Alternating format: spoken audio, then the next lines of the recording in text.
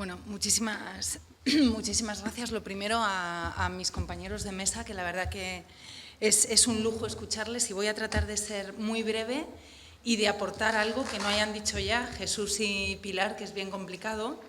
Y gracias, por supuesto, a la universidad por contar con Médicos Sin Fronteras para poder dar o explicar al final qué estamos haciendo nosotros en terreno. Sí que antes de empezar, hay un comentario que ha hecho Pilar muy interesante a propósito de, de la contextualización o la crítica o no crítica posible a quien sea, ¿no? A las ONGs por supuesto, nadie es perfecto, y hay una cosa que nosotros siempre decimos, y lo he buscado porque me gusta mucho, y lo que decimos es que si hay algo de lo que podemos estar orgullosos como organización, no es de no haber cometido ningún error, que seguro que hemos hecho bastantes, muchos, o de no haber causado ningún efecto perjudicial con nuestras intenciones, que seguro que los hemos causado aún sin querer.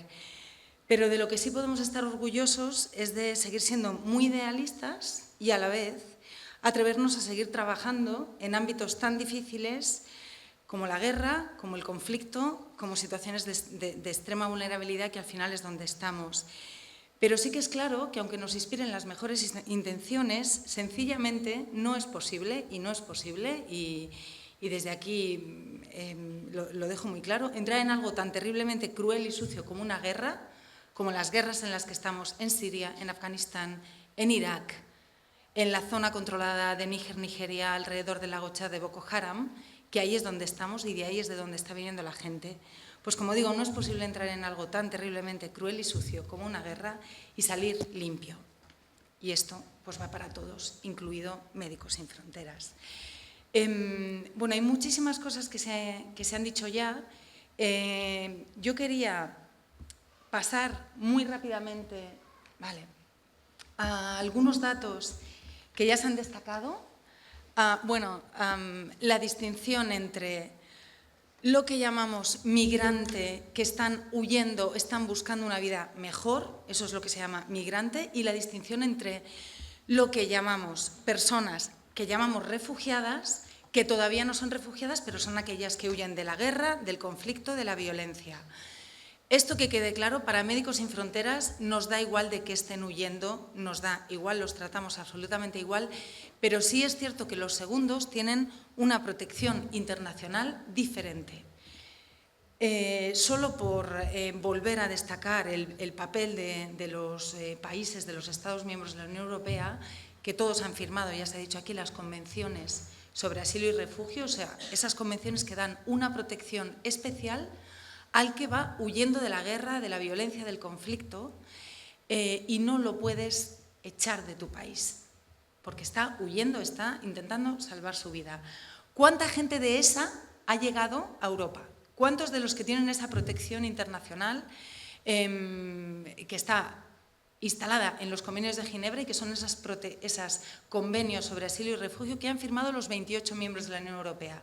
Pues, según no Médicos Sin Fronteras, sino Frontex, que es la agencia europea para el control de fronteras, es decir, muy poco sospechosa de tratar de inflar los números, el 88% de las personas que han llegado a Europa están huyendo de la guerra, de la violencia y del conflicto, y, por tanto, los Estados miembros de la Unión Europea tienen obligación legal de darles protección y de darles unas condiciones de acogida dignas. Luego podemos entrar en la complejidad de esto, efectivamente no vamos a simplificar el problema, es complejo, pero hay una obligación legal, no es una cuestión de buenismo político ni de solidaridad. Todo esto, ya se ha hablado de esos 60 millones de personas, y voy a ir pasando muy rápido pero al final podemos hablar de números, se ve cortado, podemos hablar de números, y ahora les voy a dar más números, porque creo que para hablar de lo que ha pasado desde 2014 en el Mediterráneo, creo que hay que hablar de números, hay que contextualizar, pero al final, detrás de los números, lo que hay son personas, son historias personales, vitales, de gente que está... yo les hago una pregunta: ¿por qué creen ustedes que una madre se puede embarcar en una barca desde Libia o cruzarse media África o con un bebé o con un niño de 7 años. ¿Por qué? Te tiene que mover algo muy poderoso para realmente poner en riesgo tu vida como la estás poniendo. Te tiene que mover algo muy poderoso. Y al final de lo que están huyendo o lo que están tratando de hacer es sobrevivir. Y bueno, igual es muy evidente, pero sí quería destacarlo. ¿Qué ha pasado en la frontera de Europa, es decir, en el Mediterráneo? ¿Qué ha pasado? Pues vamos a hacer un poquito de historia muy breve. En 2014 llegaron alrededor de 230.000 personas a Europa. Vuelvo a recordar lo que ha dicho Jesús esta mañana, esta tarde, al principio de la tarde, y Pilar también ha destacado. Hay 60 millones de personas ahora mismo que huyen de la violencia en el mundo, 19 millones que han cruzado fronteras, es decir, esto es un problema global. Lo que estamos viendo en Europa es una pincelada. Y sí que me gustaría que fuéramos conscientes de que esto forma parte de un todo mucho más grande. Bueno, pues en 2014, lógicamente, cuando la gente básicamente va saliendo de esas zonas de conflicto, que hablamos de Siria, pero a mí también apelo a que no nos olvidemos de todas aquellas personas que están huyendo de la violencia y del conflicto, que no todos son sirios, que hay afganos, que hay iraquíes, que hay eritreos, que hay nigerianos, que hay nigerinos, que hay gente que está saliendo de zonas donde no está puesta la atención mediática tanto como en Siria, pero que tienen la misma protección internacional, ¿no? Y el mismo derecho a sobrevivir. ¿Qué pasa básicamente en 2014? Empiezan a llegar personas, 220.000, a Europa a través del Mediterráneo, la gran parte de ellas, y llegan 220.000, pero hay 140.000 ya en 2014, 140.000, que son rescatadas por la operación Mare Nostrum, que es una operación de búsqueda y rescate de personas en el mar, proactiva del gobierno italiano ante el número de muertes que estaba comenzando a haber en el Mediterráneo. Hoy tenemos el honroso honor de que 2015 cerró con el Mediterráneo como el primer punto en todo el mapa mundial fronterizo de cruce de personas con un mayor número de personas muertas. Más que en el cruce de México hacia Estados Unidos, más que en el Golfo de Adén, más que en algunos pasos del sudeste asiático. E insisto, esto no son datos de MESEF, son datos de la Organización Internacional de las Migraciones. Claro, de lo que está contabilizado. Probablemente los datos de muertos, tanto en el Mediterráneo como en otras zonas del planeta, sean, volvemos a lo mismo, a la punta de un iceberg. Bueno, en diciembre de 2014 acaba esa operación Mare Nostrum, que era una operación proactiva de la Marina italiana para rescatar a gente en el Mediterráneo. Comienza 2015 y las muertes se multiplican. Y llegamos a abril de 2015 y ven ustedes que si el año anterior había habido 50 muertes en el Mediterráneo, en 2015 hubo 1.244. Empezábamos a hablar ya de unos números que veníamos viendo la tendencia muy estremecedores. Y estos números, bueno, esta es una imagen. Esto es un barco de 600 personas que naufragó y no se les pudo rescatar. Y esto durante meses está pasando ahora y ha pasado todos los días.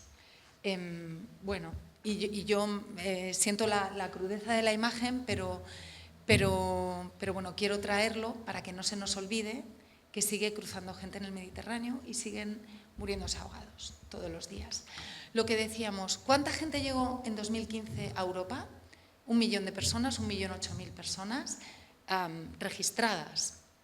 El 84% provenía de países con conflictos bélicos, políticos, es decir, violencia, inestabilidad, Irak, Siria, Afganistán, a zonas de África que están República Democrática del Congo, Eritrea, Somalia, zonas de Mali, zonas de Níger. Bueno, ahí lo ven, la mitad eran sirios, pero luego el 21% de ellos son afganos, 9% iraquíes y luego hay otras nacionalidades, como de algunas de las que he destacado. 25% niños y 17% mujeres. Entonces, ¿qué hace Médicos Sin Fronteras cuando ve todo esto? ¿Qué hacemos? Pues hacemos algo que no habíamos hecho nunca, pero que como vamos donde hay un mayor número de mortalidad y morbilidad, entonces, ¿qué hicimos? Pues entramos en acción. Entonces, el año pasado, el 2 de mayo, intervenimos en el Mediterráneo y lanzamos 3 barcos de rescate y salvamento de personas de estas que se estaban ahogando en el mar. Porque esa operación Mare Nostrum, de las que les he hablado, que rescató en 2014 a 140.000 personas, en 2015 se anula. Se decide, Italia pide apoyo a la Unión Europea para mantener esa operación de rescate y la Unión Europea no lo ve conveniente y lo sustituye por la operación Tritón, que no es de salvamento de personas, sino de control de fronteras, que es bien distinto el objetivo. Con lo cual, aumenta el número de muertes y Médicos Sin Fronteras lo que hace es poner 3 barcos en el Mediterráneo desde mayo del año pasado, que estuvieron hasta diciembre de 2015 en la ruta de Libia a Italia, que no es la ruta por donde mayor número de personas entra, pero sí donde hay un mayor número de muertes, porque es mucho más larga, porque es más peligrosa. La ruta del Mar Egeo entre Turquía y Grecia es que son 12 millas, si no me equivoco, o sea, no es nada para cruzarla.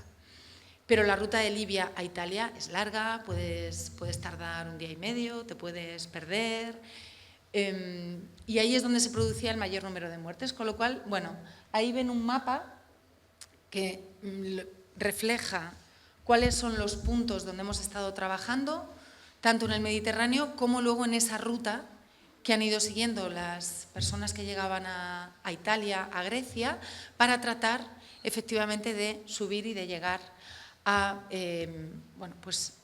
otros países que no fueran Italia y Grecia.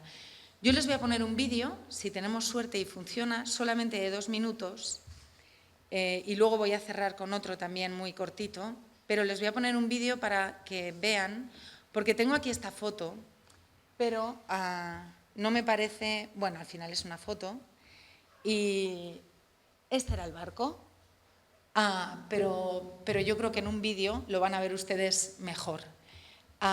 Y estas son algunas de las fotos de rescates que estuvimos haciendo y que ahora otra vez en mayo de este año acaba de salir el Dignity, que es uno de los 3 barcos.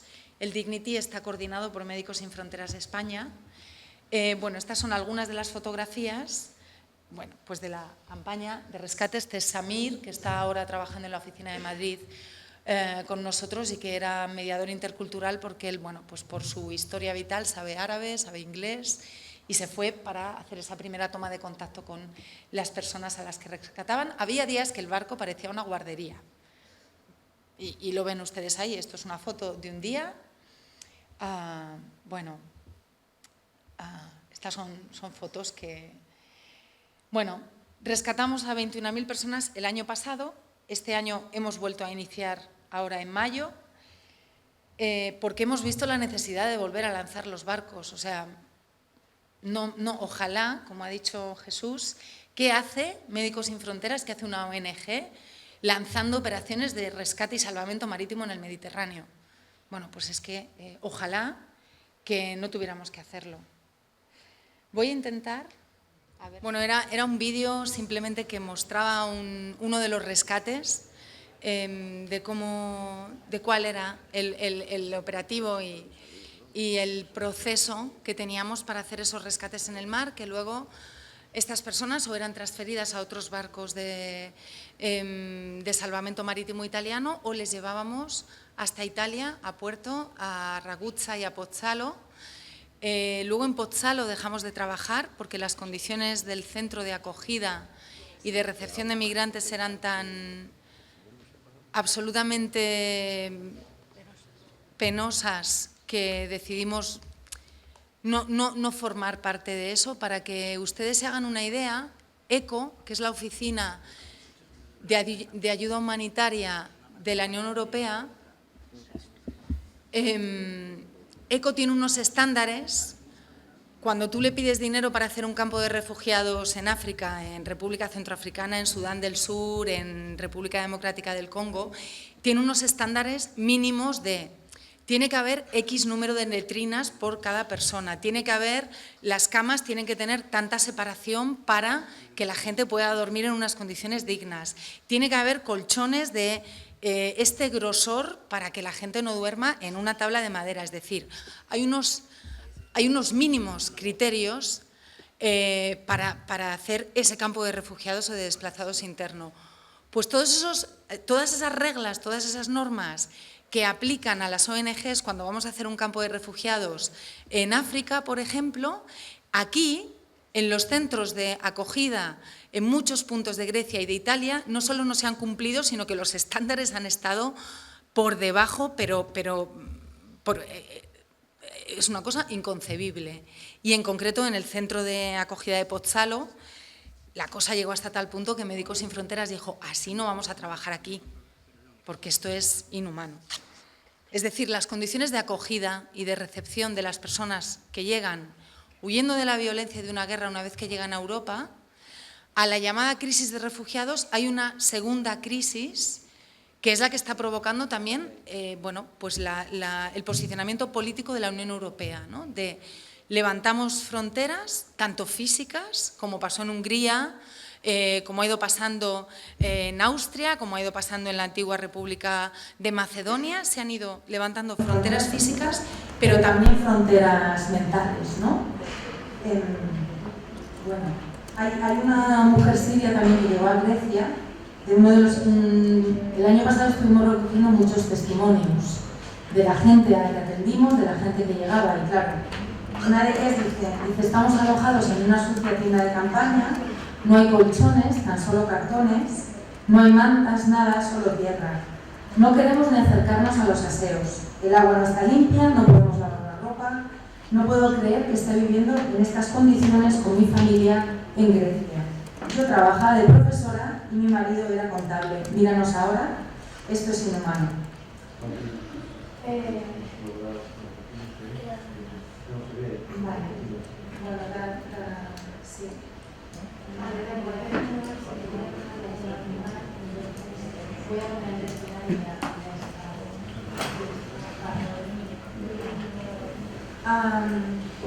Se ha hablado ya de los acuerdos de la Comisión Europea en la reubicación de los solicitantes de asilo, que han quedado mucho en papel mojado,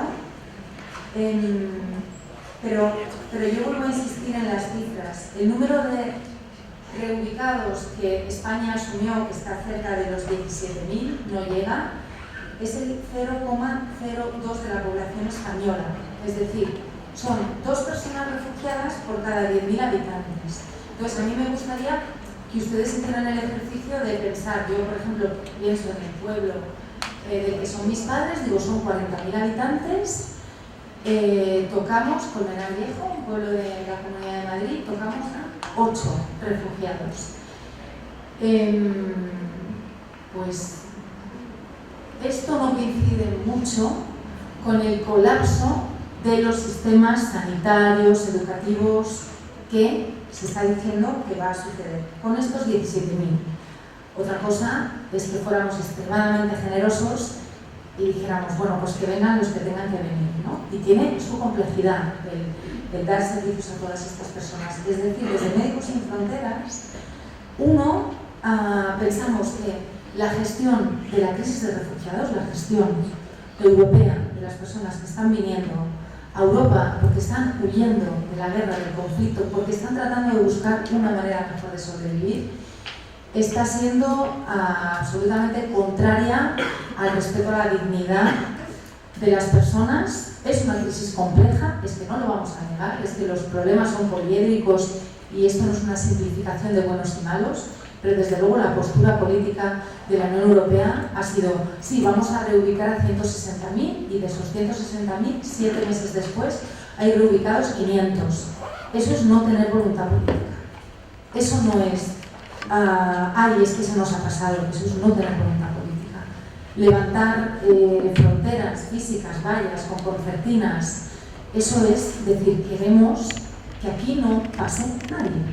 Aunque todos, vuelvo a insistir, los 28 países han firmado las convenciones sobre asilo y refugio. Por tanto, están obligados por ley a acogerlas. Y luego llegó el acuerdo de la Unión Europea-Turquía del pasado 20 de marzo, que ya lo ha mencionado Jesús, pero en este acuerdo de la Unión Europea-Turquía, al final lo que se hace es considerar que Turquía es un país seguro, es decir, a partir del 20 de marzo, los que lleguen de determinadas nacionalidades, aquí claro, por supuesto los migrantes económicos, a estos no hay contemplaciones, ¿no? Con los migrantes económicos de ningún tipo, pero si llegan de Siria, si llegan de Afganistán, los vamos a devolver a Turquía, que lo consideramos país seguro, a cambio de una serie de prerrogativas políticas. Frente a esto, ¿cómo vamos en 2016? Porque el año pasado llegaron 1 millón. Es decir, están las vallas, están los muros, están las políticas, están evitando que la gente... esto no es un efecto llamada, señores, esto es un efecto huida. Cuando estás huyendo del conflicto, de la guerra, de la violencia, cuando estás tratando de sobrevivir, la gente va a tratar de sobrevivir. Esto no es un efecto llamada, es un efecto huida. ¿Cómo vamos este año?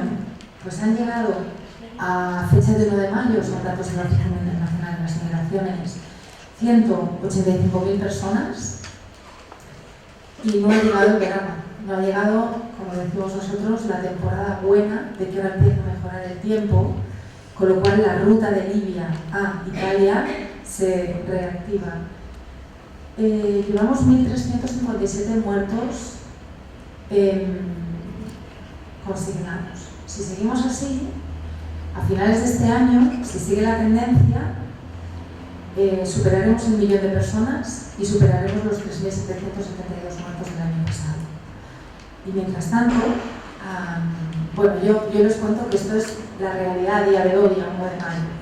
Sigue llegando gente y de hecho por la ruta de Libia a Turquía, a Italia, cada vez van a llegar más. ¿Qué pedimos desde Médicos Sin Fronteras y rápidamente y a cabo? Pues pedimos canales seguros y legales para las personas que buscan asilo, es decir, para las personas que son susceptibles de acogerse a esta protección internacional. Pedimos que creen vías seguras y legales de migración. Pedimos que se amplíe el uso y los procedimientos de la reunificación familiar, de los visados humanitarios, del reasentamiento y la reunificación.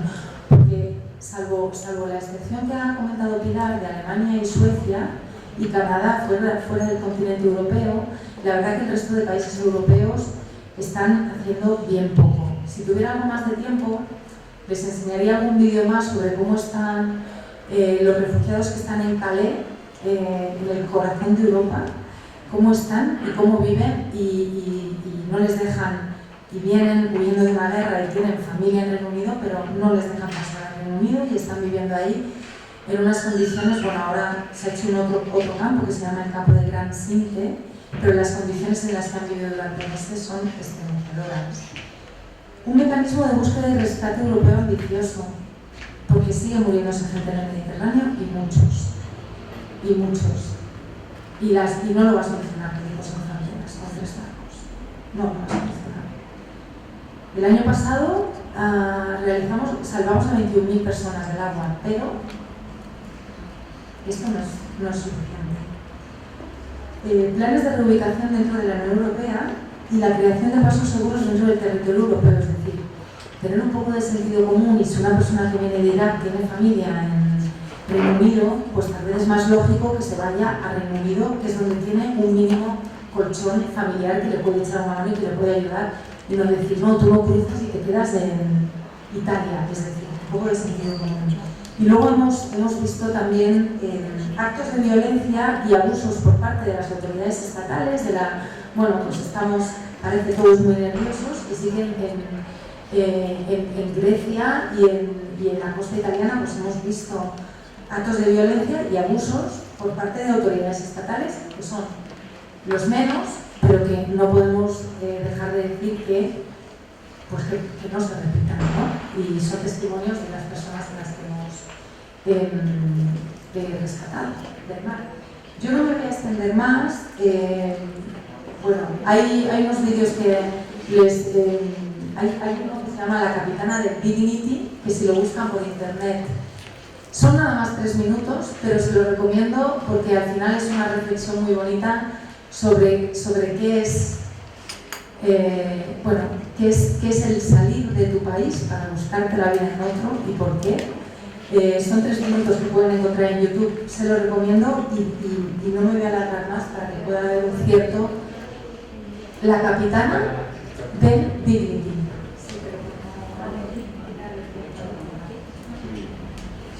Para que puedan también preguntar y comentar ustedes. Gracias.